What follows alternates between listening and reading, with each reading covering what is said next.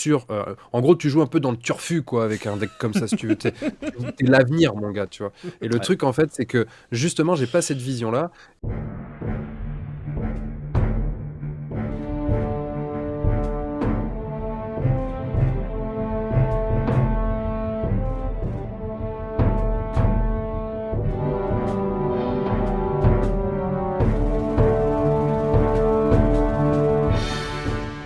Et salut à tous et toutes et bienvenue aujourd'hui pour une toute nouvelle vidéo, une toute nouvelle analyse de deck. Encore une fois, je suis accompagné de la Dream Team avec cette fois-ci Guillaume. Bonjour Guillaume.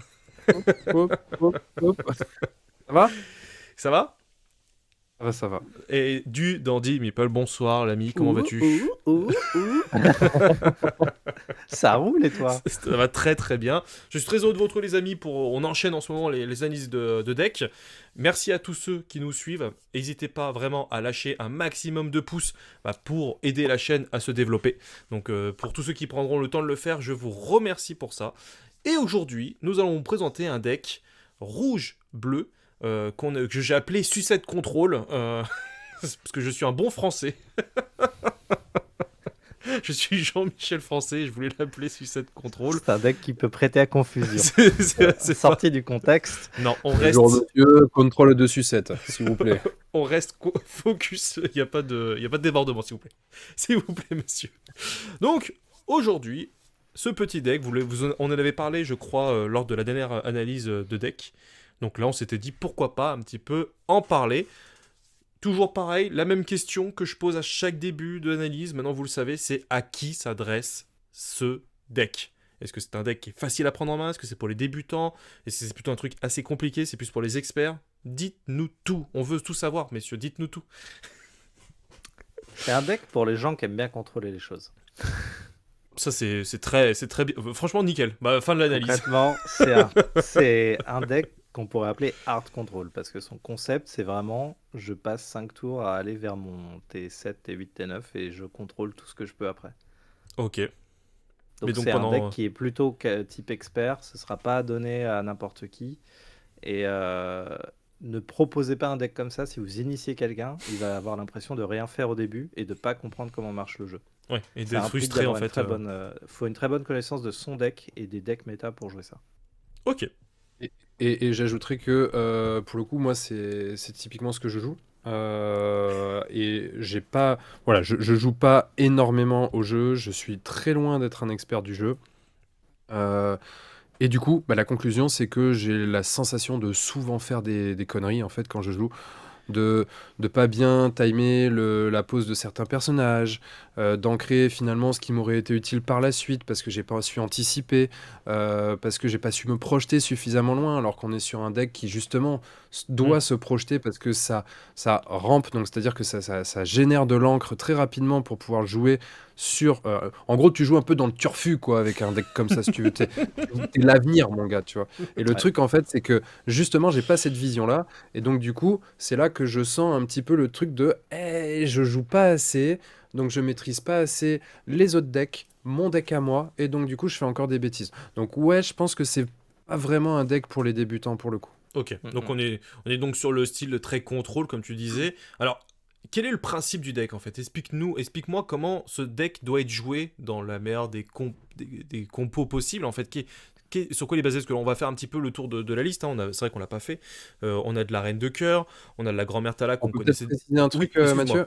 Précisons. Non, non, non, non, mais justement, c'est par rapport à la liste. Vous voyez qu'il y a des cartes qui sont en x1 ou des trucs comme ça. C'est parce qu'en fait, il y a plusieurs listes qui tournent, il y a plusieurs compos du deck qui tournent. Et donc, du coup, on a voulu mettre une composition un peu générale, mais en mettant des x1 pour montrer des alternatives. C'est ça. Et pour créer un débat autour de la carte, j'allais y venir. Donc on a des Grand-Mère Tala, des Judy Hopps, et des Flavor Sham, des Nick Wade qui sont entre guillemets la base. Je crois que Nick Wade, Flavor Sham, Judy Hop et je sais plus quelle autre carte qui sont vraiment Pop Cycle. Pop Cycle, oui, la sucette, oui, forcément. D'où le titre du deck. Ouais, voilà, sucette. Ouais, je l'ai oublié, excusez-moi. La sucette qu'on va voir juste après, qui sont entre guillemets le cœur du deck et. Ouais, c'est ça, c'est le socle, ouais.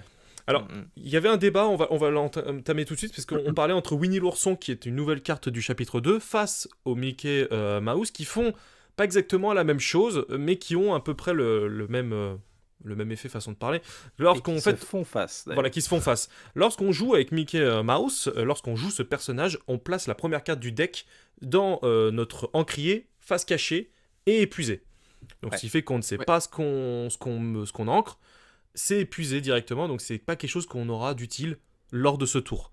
Contrairement à Winnie l'ourson qui lui en fait, lorsque tu l'envoies à l'aventure, donc ce qui fait que déjà tu l'envoies, il te score à 2 de l'or, donc c'est déjà plutôt intéressant, et vous pouvez placer une carte de votre main dans votre réserve d'encre face cachée. Donc ce qui fait que tu as aussi une maîtrise de ce que tu mets dans l'encrier. Par rapport à Mickey où c'est un peu de l'aléatoire et tu peux avoir ta carte qui devait t'intéresser que tu viens de foutre dans l'encrier comme un con, et surtout que là en plus face cachée, elle n'est pas du tout épuisée. Donc ce qui fait qu'elle peut être utilisée Elle peut être jouée tout de suite. tout de suite.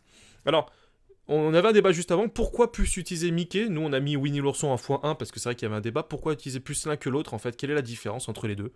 Alors, C'est vrai qu'il y avait un débat entre Antoine et moi. Oui.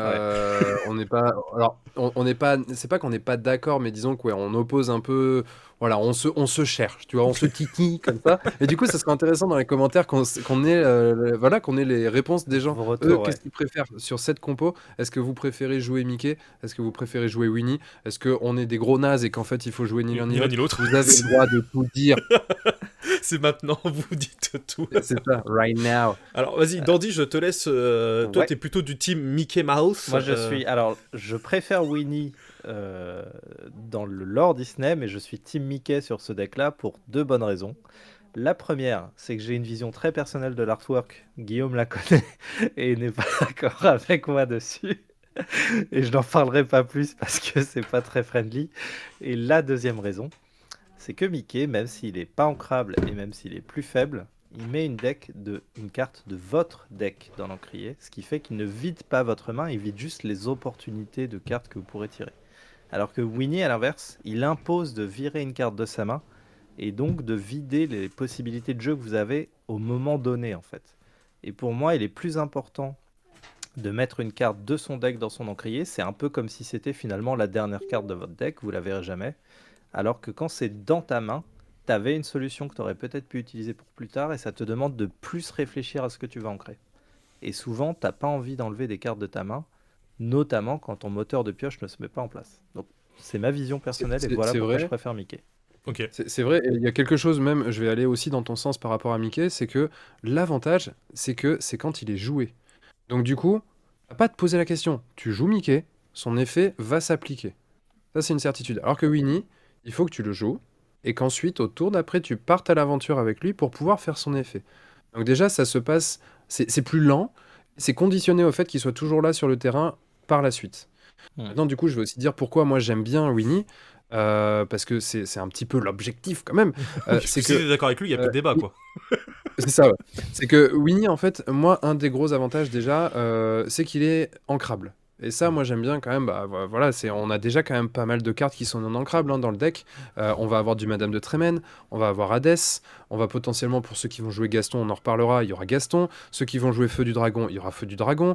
Les Soyez prêtes, ils y seront de toute façon. Donc ça fait quand même pas mal de cartes qui sont non ancrables. Et le fait d'avoir une ancrable à la place d'une non ancrable, ça m'intéresse pour ça.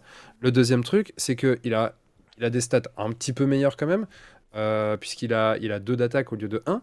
Et en plus de ça, il a 2 de l'or. Donc ça veut dire que si tu arrives à faire son effet, tu vas quand même scorer 2 de l'or. Alors que Mickey, bon, la plupart du temps, tu vas le faire. Éventuellement, en fonction de ta compo, tu vas peut-être jouer une chanson ou partir une fois à l'aventure parce que tu n'as rien d'autre à faire. Mais derrière, il sert plus à rien. Et en plus de ça, Winnie, tu peux le faire plusieurs fois. Parce qu'à chaque fois qu'il va partir à l'aventure, tu vas pouvoir mettre une carte dans ton encrier. Et encore une fois, le fait qu'il y ait pas mal de non-ancrables dans ce deck, eh ben, Winnie, il prend tout son sens, puisque si tu as trop de non-ancrables dans ta main, par exemple, je sais pas moi, tu as tiré full Trémène Hadès, soyez prête, bah, t'es coincé, et bah, du coup, Winnie te permet de te débarrasser de ces non-ancrables, de les mettre dans ton encrier, et de quand même jouer plus rapidement sur cet effet de montée en encre. Donc Alors, pour tout ça, j'aime beaucoup Winnie. Et je dis non, monsieur. Et je dis non, car il y a justement la plume. Voilà. Et que la plume, c'est un Winnie qui n'a pas besoin de quêter et qui marche tout le temps. Dès que tu la poses, en plus, un objet, donc c'est dès le tour où tu la joues, tu peux le faire. Donc, Ça, en fait, bien sûr. la plume ne va pas te ramener 2 de l'or, mais elle a 2 avantages qui, pour moi, supplantent Winnie, c'est que, elle marche quand tu la poses, elle garde l'effet de mettre une non ancrable en encre, et surtout, elle permet de piocher une carte avec Flaversham et avec Judy Hopps si jamais tu es en galère, ou alors quand tu n'en as plus besoin. Et Tout ça, à c'est fait. très puissant. Je dis hop, je montre très rapidement. En fait, c'est lorsque vous jouez ce personnage, vous pouvez choisir un objet et le bannir. Son propriétaire pioche une carte. Et donc Absolument. souvent, la mécanique, elle est liée avec, je dis hop, souvent avec les sucettes, parce qu'en fait, les sucettes, lorsque vous jouez cet objet, vous pouvez piocher une carte. Et quand vous le bannissez, vous pouvez réduire de 2 les dommages. Et après vient se rajouter donc Nick Wide qui permet de récupérer en fait une glace à l'eau dans votre défausse. Donc ce qui fait que tu peux avoir un espèce de combo comme ça qui peut se mettre en place avec. Tu as 8 glaces à l'eau en fait dans ton deck. Voilà, Faut c'est le ça. voir comme ça. Parce que- Et En donc, vrai, la mécanique la plus intéressante pour moi, elle reste sur Flaversham parce que lui, il te ouais. permet de piocher 2. C'est ce que j'allais dire. Évidemment, c'est quand même celui qui est le plus intéressant. D'ailleurs, là, je suis encore en train de tester différentes decklists par rapport à ça. Flaversham y est systématiquement, évidemment. Jody Hopps n'y est pas systématiquement. Ouais. Elle est intéressante, mais pour moi, elle n'est pas nécessairement indispensable en fonction de l'orientation qu'on va vouloir donner au deck. Absolument. Par contre, en effet, de l'ajouter, bah, ça permet de compenser quand tu chopes pas tes flavors. Et de la même manière, de jouer des Winnie, ça permet de compenser quand tu chopes pas tes plumes. Et en fait, c'est aussi pour ça que j'aime bien avoir à chaque fois 2 options, parce que du coup, tu te retrouves pas coincé si bah, malheureusement tu chopes pas ton truc. Et pour avoir joué pas mal sur Pixelborn, je te dis que oui, c'est possible de ne Ça pas arrive piocher souvent. un seul objet pendant 5 tours. Oui, monsieur. Et pendant 5 games. Oui. Et d'autant que Judy a un autre avantage, comme on l'évoquait dans la précédente vidéo sur l'Amber Steel Song, c'est le seul moyen que vous avez de détruire des objets en face. Et Oui. avec l'émergence des objets dans le violet rouge et dans l'Amber Steel Song, c'est d'autant plus important d'avoir ce genre Ouais. de carte. Parce Ça, que par contre, c'est un vrai avantage par rapport à Flaversham qui, lui, c'est uniquement un nos de tes cartes à objets. Exactement. Alors, je continue. Alors, au niveau du débat, il n'y a pas forcément. C'est chaque vision de jeu, entre guillemets, se conforte. Chacun après aura ses affinités. Bien sûr. C'est aussi l'avantage d'avoir plusieurs choix. Au lieu d'avoir qu'un seul choix unique, j'aime bien aussi d'avoir des decklists qui varient un petit peu entre elles. On avait donc du Maui qu'on avait déjà vu, qui est entre guillemets pareil dans le rouge, qui est indispensable avec donc Ouais. Maléfique. Ouais. Pas trop besoin d'expliquer, ouais. Il y a Oui, le alors, parce Gaston. Il y a un truc qu'on n'a pas précisé, dis-moi. je pense que à ce stade de l'analyse, c'est important de le dire. Le principe de base du jeu, c'est que vous devez prendre 2 tours d'avance à l'encre sur votre adversaire. Donc en gros, quand il est au T5, vous devez être au T7, c'est-à-dire que vous allez jouer Grand-mère Tala, vous débrouillez pour qu'elle se fasse bannir et donc elle est dans votre encrier, vous allez jouer un Winnie, vous débrouillez pour... un Winnie, un Mickey. Ah, Ouais, il a dit Winnie. ouais. Vous allez jouer un Winnie dans votre encrier et ensuite vous allez jouer un Mickey. Et donc le but c'est d'avoir toujours 2 d'encre de plus ou le plus vite possible 2 d'encre de plus que votre adversaire. Ok. L'objectif étant d'envoyer un Soyez prête au T5 et de vous assurer qu'il n'y a pas de board et après vous avez le temps de contrôler tranquillement. La courbe de votre deck elle est à 7. 9 pour Maléfique, mais en gros à 7 vous êtes déjà bien, vous avez le temps de voir venir après. Et la Complètement. deuxième mécanique, comme on l'évoquait, c'est de piocher comme un piocheur grâce au Popsicle, à Flaversham et à Nick. Le triple combo. Complètement. C'est vrai que tu fais bien de le rappeler ça, Antoine, parce que l'objectif premier du deck est d'arriver à 7 d'encre pour justement pouvoir installer ces grosses cartes qui contrôlent. L'objectif du deck n'est pas de piocher et de rien en faire. Parce que des fois, on peut avoir ce travers de se dire « Ah, il me faut absolument ma glace à l'eau parce que comme ça, du coup, je fais Flaversham. Et puis ensuite, il me faut Nick Wild parce que comme ça, je peux la récupérer. Je peux refaire Flaversham. » Ouais, mais en fait, c'est pas l'objectif. Ça, c'est quelque chose qui te permet d'avoir toujours de la carte en main, oui, mais avant tout, il faut arriver à monter à 7 d'encre. C'est ça l'objectif premier du deck. Exactement. Alors, on a mis un Gaston en x1 Ouais. que vous trouvez dans les decks de démarrage. Qui, lorsque vous jouez ce personnage, regardez les 3 premières cartes de votre pioche, vous pouvez ajouter l'une d'entre elles à votre main, remettez le reste sous votre pioche dans l'ordre de votre choix. Alors, on l'a mis en x1 parce qu'il y avait un débat aussi qui était fait là-dessus. C'est vrai que pour une 6 non ancrable, alors même si elle est alter, là pour le coup, dans le deck, il n'y en a pas d'autres Gaston. Je la trouve, moi, sur le papier, je la trouve pas très forte en fait. J'ai du mal à voir l'intérêt d'une telle carte pour une 6 non ancrable en fait. Elle fait 3 de l'or, elle arrive ouais, tard, quand même. donc théoriquement, c'est pas une carte qui va se faire contrôler, ou alors si elle se fait contrôler, bah, c'est un contrôle de moins pour une maléfique, pour un death, etc. Son effet, il est on-play, donc quand tu la joues, ce qui reste quand même assez intéressant. Je ne parle pas du shift qui, à mon avis, n'a aucun intérêt sur ce deck. Le alter. Ouais, le alter avec le Gaston rouge à 2. Hmm. C'est une carte qui s'entend, hein, concrètement. Elle écraserait même Winnie d'ailleurs. Et je tiens... et je tiens à préciser que le fait qu'elle soit non ancrable n'est pas tant un problème que ça, puisqu'il y a la plume. Ok. Après, on a Hades, alors qu'on n'avait pas vu dans les anciennes vidéos, qui lorsque vous jouez ce personnage, vous choisissez un personnage adverse et le placez face cachée dans la réserve d'encre de son propriétaire. Donc ce qui fait que tu peux lui contrôler. S'il a un truc qui te fait un petit peu suer, tu peux l'enlever. Alors bien sûr, tu lui fais accélérer son encrier, mais comme tu le disais tout à l'heure, Dandy, toi, tu as toujours un petit peu d'avance. Donc ce qui fait que tu peux lui en redonner. C'est pas grave, tu réduiras juste l'avance entre lui et toi. Mais si tu gères un gros monstre, une grosse créa, fait que tu auras le contrôle du board. Oui, c'est ça, c'est en général, tu essaies de claquer, parce que bon, c'est quand même un personnage qui a 7, donc il arrive, on va dire, même si tout s'est bien passé sur ton ramp, il arrive au plus tôt au T5, et donc du coup, tu le fais sur des personnages qui vont t'embêter quand même, tu vois, tu le fais pas non plus sur n'importe quoi, parce qu'en effet, t'as pas envie de donner gratos de l'encre. Maintenant, en général, tu le fais sur des personnages que l'adversaire préférerait avoir sur son board que dans l'encrier, quoi. Complètement. Après, pour gérer un petit peu les persos, t'as des feux du dragon, que tu as en x4 qui permettent aussi de contrôler ça. T'as le libéré délivré qui fait la même chose, mais cette fois-ci qui fait dans l'encrier comme Hades. C'est ça, c'est Hades pour 5, c'est une chanson. Et puis vous avez Soyez prête qui permet de clean complètement le board. Soit 30 cartes de contrôle. C'est exactement à peu près la moitié de votre deck en contrôle. En fait. C'est ça. Puis après, donc les deux objets, glace à l'eau et la plume. Ouais. Alors, on va parler des variantes. Ouais, vas-y. Donc les J'allais juste repréciser un truc avant. Parce vas-y, je t'en prie, vas-y. Là, on était dans la partie un peu combo, decklist, tout ça. Donc, on a vu les combos qui se passent très très bien. C'est justement Flaversham, Jody Hopps, Nick Wilde, tout ce système qui tourne autour de la glace à l'eau qui permet d'assurer d'avoir constamment des cartes en main. Maintenant, il y a quelque chose qu'il ne faut pas oublier aussi, c'est que la glace à l'eau, elle a un deuxième effet. C'est qu'en la bannissant, on peut soigner un personnage de 2. Et ça, c'est vraiment pas inintéressant non plus. Parce que typiquement, ça rend un Maui encore plus pénible. Il arrive, il charge, kaboum, il te bannit un personnage. Tu lui as fait 2 de blessures, pas très grave. De toute façon, je claque ma petite glace à l'eau et puis il est comme neuf.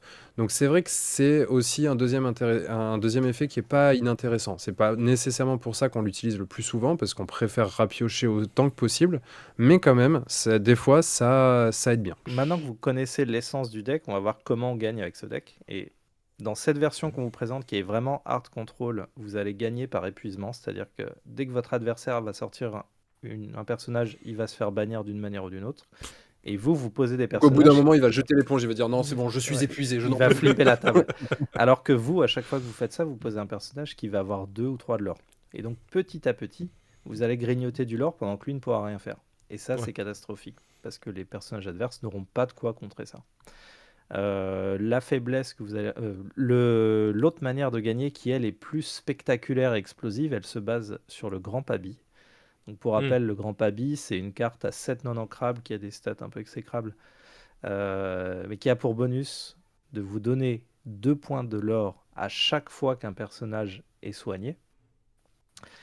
Et la mécanique du Grand Pabi est la suivante. Vous montez très haut en encre. Il vous faut en général 16. Pardon. Vous posez vos 2 grands Pabi. Et alors, un autre point important, c'est que pour faire un vrai bon grand Pabi, il faut rajouter des Gumbo. Donc c'est un objet qui soigne jusqu'à 2 personnages de 1, la marmite de Gumbo. Et il faut rajouter obligatoirement votre roi vous invite à la fête, sinon le combo ne marche pas. D'accord. Et à ce moment-là, quand vous faites ça, tour 16, enfin 16 d'encre, vous posez 2 grands Pabi, ça vous coûte 14. Vous faites votre roi vous invite à la fête sur un des 2 personnages. Vous avez un Gumbo qui se lance. Ça soigne le premier personnage de 1. Vous gagnez 2 de l'or et 2 de l'or, ça fait 4. Vous utilisez un deuxième Gumbo, une sucette. Vous refaites un soin sur celui qui reste. Et ça refait encore 2 de l'or et 2 de l'or. Et donc on est à 8. Et comme votre roi vous invite à la fête... t'as 3 de l'or par personnage. Hein.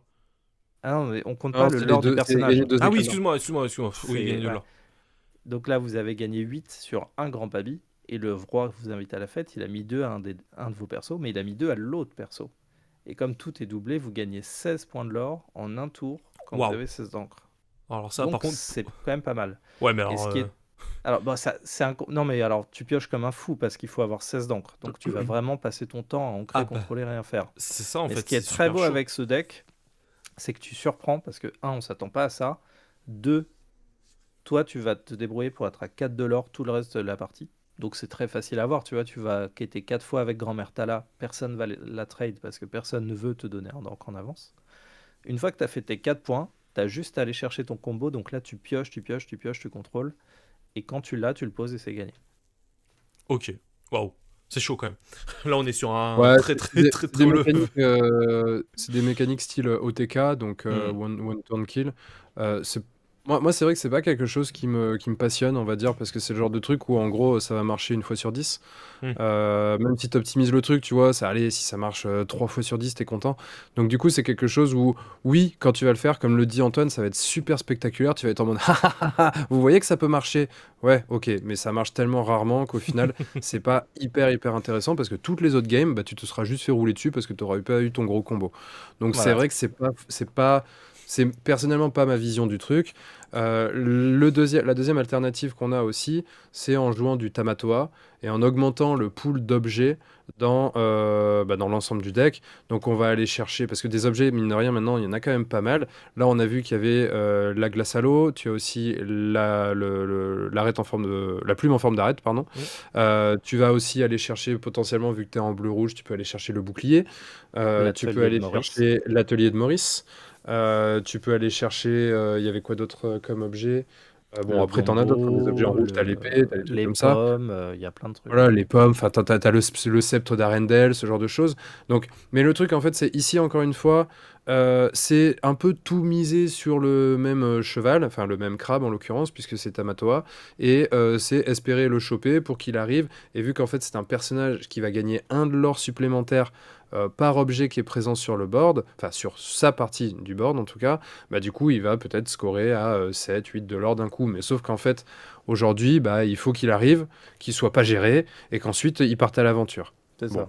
Hmm. Problème de cette carte, elle coûte très cher, tu la poses et tu prends Tremaine en face, t'as perdu ton crabe.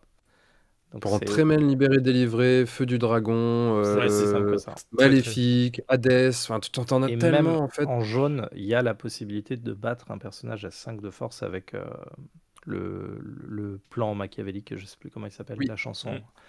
Et donc tout c'est à fait. pareil. Donc lui, en fait, pour moi, n'existe plus dans ce deck-là, c'est terminé. On est quand même Ouais. sur un deck, j'ai Ou l'impression, alors, à vous écouter, quand même très très compliqué à jouer en fait. Il est très technique, ouais. Mais donc ouais, bien sûr. c'est un deck, est-ce qui a déjà réussi à performer sur des tournois, qui a réussi à finir top 1, Ouais. ou est-ce que... Alors, À Angers, il finit 4. à Angers, il y en a eu plusieurs. Il en est resté un dans le top 8 Ok, qui a fini assez haut. Mais il y en a deux qui ont enchaîné un win streak de 7 victoires sur les 8 ok. matchs. C'était assez impressionnant. Donc non, donc ça performe, c'est Euh, pas juste c'est pas un ouais, combo qui est difficile à placer, quoi.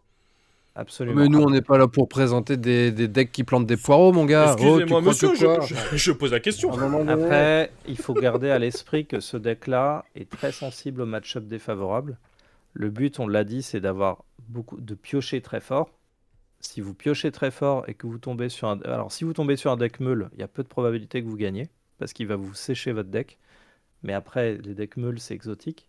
Et si vous tombez sur un gris qui se débrouille pour lâcher le rêve bleu au moment où vous avez beaucoup de cartes en main, c'est Hmm. un énorme problème pour votre deck. Ok. Ah, c'est Donc de il la y a, tristesse il y a à quand l'état même pur. des contres. Et si vous êtes en tournoi et que vous avez des match-ups favorables en ne rencontrant que des choses qui sont rush et qui se contrôlent vite, ou des violets rouges qui n'ont pas le pouvoir de vous embêter au niveau de votre main, c'est autoroute du kiff, vous allez à la victoire. Ok, ça marche. En Alors, vrai, c'est un deck que je trouve très intéressant à jouer, c'est très fun parce qu'il y a beaucoup de choses. T'es toujours, c'est dynamique en fait comme deck.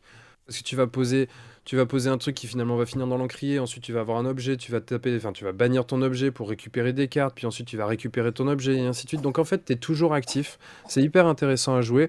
Par contre, en effet, par rapport au deck qu'on a pu présenter auparavant, je pense que c'est quand même un cran en dessous en termes de performance.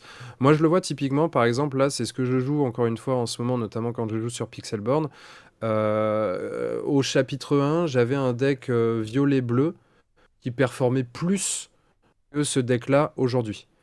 Ok. Donc du coup, il y a peut-être aussi le fait que je le joue moins bien, tout ça. Il y a absolument Bah, aucun en fait, souci par rapport à ça. il Mais c'est performe vrai que c'est moins. quelque chose en J'ai soi j'ai l'impression que... qu'il performe moins, mais en plus qu'il est plus dur à maîtriser. Donc en fait, il y a une espèce de courbe comme ça qui est quand même assez. Ouais, bah C'est en c'est fait, comme le pas dit drôle. Antoine, hein, c'est très sensible, hein, typiquement. Enfin, la dernière fois, je suis tombé contre le fameux acier ambre avec la flûte. Ah bah, j'ai pas vu le jour. Souvent, contre du rouge-violet, c'est compliqué aussi. De toute façon, dès qu'il y a du gris, c'est compliqué. La dernière fois, je suis même tombé sur un deck meule, donc gris-violet, qui joue justement sur la meule avec Isma, tout ça. Bah, pareil, hein, il m'a fini parce qu'il m'avait épuisé mon deck. Donc ouais, c'est pas facile. C'est pas facile, par contre, c'est très plaisant. Mm, mm. On termine comme toujours un petit peu sur le prix de ce deck-là. Malheureusement, dès qu'on met Maléfique et en plus Hades combiné, directement, le prix il est quand même Ça très. commence à explose. chiffrer un petit peu. Ouais. Ouais, il est un Et peu là, salé. pour la peine, vous pouvez pas ne pas les mettre en x4. Ça, c'est un gros problème. Ouais. Donc Ah là, c'est compliqué. ce qui fait qu'en fait l'intégralité du deck en fait ne coûte pas très cher en fait quand tu vois certaines cartes à part Madame de Trémène, mais sinon tous les autres cartes sont quand même assez accessibles financièrement. Mais en fait on est face Ah, à ça y est prête, ça monte un petit peu aussi. Tu vois, ouais même bon. les Libérés délivrés, Madame de Trémène, Maui, c'est pas excessif, mais Non. c'est Ça pas des fait cartes qui 5 sont euros, pas 5 chères euros, en fait. 5 euros, ça monte vite. Ouais. C'est ça. Mais par Donc contre au là tu. final, bah, t'as Maléfique Hades qui coûte cher, et puis ensuite t'as des cartes qui sont pas chères, donc oui, ça monte assez vite. Bah tu vois, regarde, moi si je regarde encore une fois par rapport à ma collection, bah tu vois, j'en ai pour encore 183 euros prix, encore une fois je le précise, qui n'est pris que pas sur Card Market mais sur un autre site. Donc automatiquement, ouais, c'est un investissement très élevé dès que tu as des légendaires dans ton deck. Donc c'est quand même, Ouais. en plus Ouais. d'avoir un deck qui est pas accessible en termes de jeu, t'es quand même un peu moins accessible en termes de finances par rapport à ces légendaires qui sont quand même assez onéreuses quand même. Ouais. Et Ouais, c'est tout à vrai fait. que si on revient sur les 2 précédentes analyses qu'on a faites, ça me dérange moins de payer le prix d'un display pour avoir un jeu complet, efficace et équilibré. Là, on est quand même sur du 250. Hmm, Ça commence à être un investissement pas négligeable et qui plus est, vous demande beaucoup d'investissement personnel pour le maîtriser. exactement. Et qui Ouais, n'assure pas des performances parfaite. dingo, parce que Hmm. voilà. Enfin, en tout cas, ça semble être un peu moins Il y a quelque chose. en Il- stade perform Voilà. par rapport aux deux autres decks qu'on a présentés. Donc c'est vrai que du coup, bah, l'investissement, tu te dis, qui ferait ça à part quelqu'un comme moi finalement? C'est vrai. Et ben on terminera là-dessus. Alors, en tout cas, je garde à l'esprit un truc depuis que Guillaume en a parlé avec Winnie l'ourson tout à l'heure. Et en gros, ce que je retiens de son avis, c'est Ah, moi j'aime bien quand c'est ancrable. Avec l'accent comme ça. On va avoir des problèmes. On va avoir des problèmes. Bon, en tout cas, merci beaucoup les gars encore cette bonne discussion autour de ce deck. Merci à tous ceux qui auront suivi la vidéo jusqu'au bout, à avoir lâché un petit pouce, à s'abonner, à nous partager si vous avez apprécié le contenu. Et on se retrouve à très très vite pour de nouvelles aventures. D'ici là, portez-vous bien. Salut Ciao, tout le ciao! monde. Contrôle de sucette.